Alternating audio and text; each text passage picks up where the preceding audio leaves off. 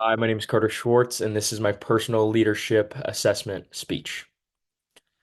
Leadership isn't just about having a fancy title, it's about how you communicate with others, especially when challenges pop up at work. Communication can make the difference between success and frustration. Today, I'm going to share how leadership theories have helped me grow my skills and how I would better handle difficult work relationships using what I've learned. Understanding leadership theories has helped me communicate better and be more flexible leader at work. No single leadership style fits every situation. Being able to adjust my approach has helped me succeed at my current role at CRE OneSource. For example, at CRE OneSource, I often work with different teams, sometimes on client projects, sometimes internally. I've used the ideas from transformational leadership, servant leadership, and situational leadership, which Quintanilla and Wall talk about in Communication for Business and the Professions 2020.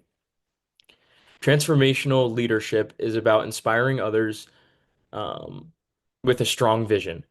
When I was helping launch a new client onboarding process, I laid out a clear vision for how it would work or how it would make our team more efficient and ultimately help everyone's workload. Servant leadership focuses on putting the needs of the team first. When teammates were overwhelmed, I volunteered to assist and or volunteer to assist with tasks even outside my normal responsibilities to help lighten their load. Situational leadership teaches that you need to adapt your leadership style depending on the people you're working with. Some coworkers needed step-by-step guidance, while others prefer to be trusted with independence, and adjusting my style helped the projects move more seamlessly. Using different leadership approaches has made it easier for me to connect with coworkers and get projects across the finish line, even when things got stressful or rough. When you're working with someone difficult, good communication is absolutely critical. If communication isn't handled well, even small tensions can get worse and slow down the entire team. At CRE OneSource, I worked with a coworker who was very defensive about feedback, even when it, even when I was just trying to help. At the time, I didn't want to create more tension, so I stayed quiet and avoided addressing the issues directly. After learning more from this course, I realize now that I could have approached it much better and the situation could have been resolved. According to Quantini and Wall 2020, assertive communication is about clearly stating your needs without being aggressive or passive. They also explain emotional intelligence, which is managing your own emotions while recognizing and respecting the emotions of others.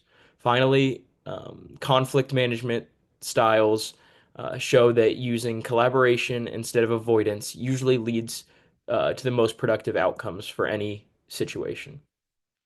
If I could redo the situation, I would calmly respectfully bring up the concerns, making sure to use assertive communication without attacking. I would also stay emotionally intelligent by keeping my own feelings in check and trying to understand where my coworker was coming from instead of letting it build up. I would suggest we collaborate on a solution that works for both of us. Applying these strategic applying these strategies would have turned a frustrating situation into an opportunity for stronger teamwork and better results. In short, leadership isn't just about authority, it's about using smart communication to motivate, support, and collaborate with others on a team. The best leaders aren't always the loudest ones in the room, they're the ones who know how to connect with others, especially when it's not easy. Thank you.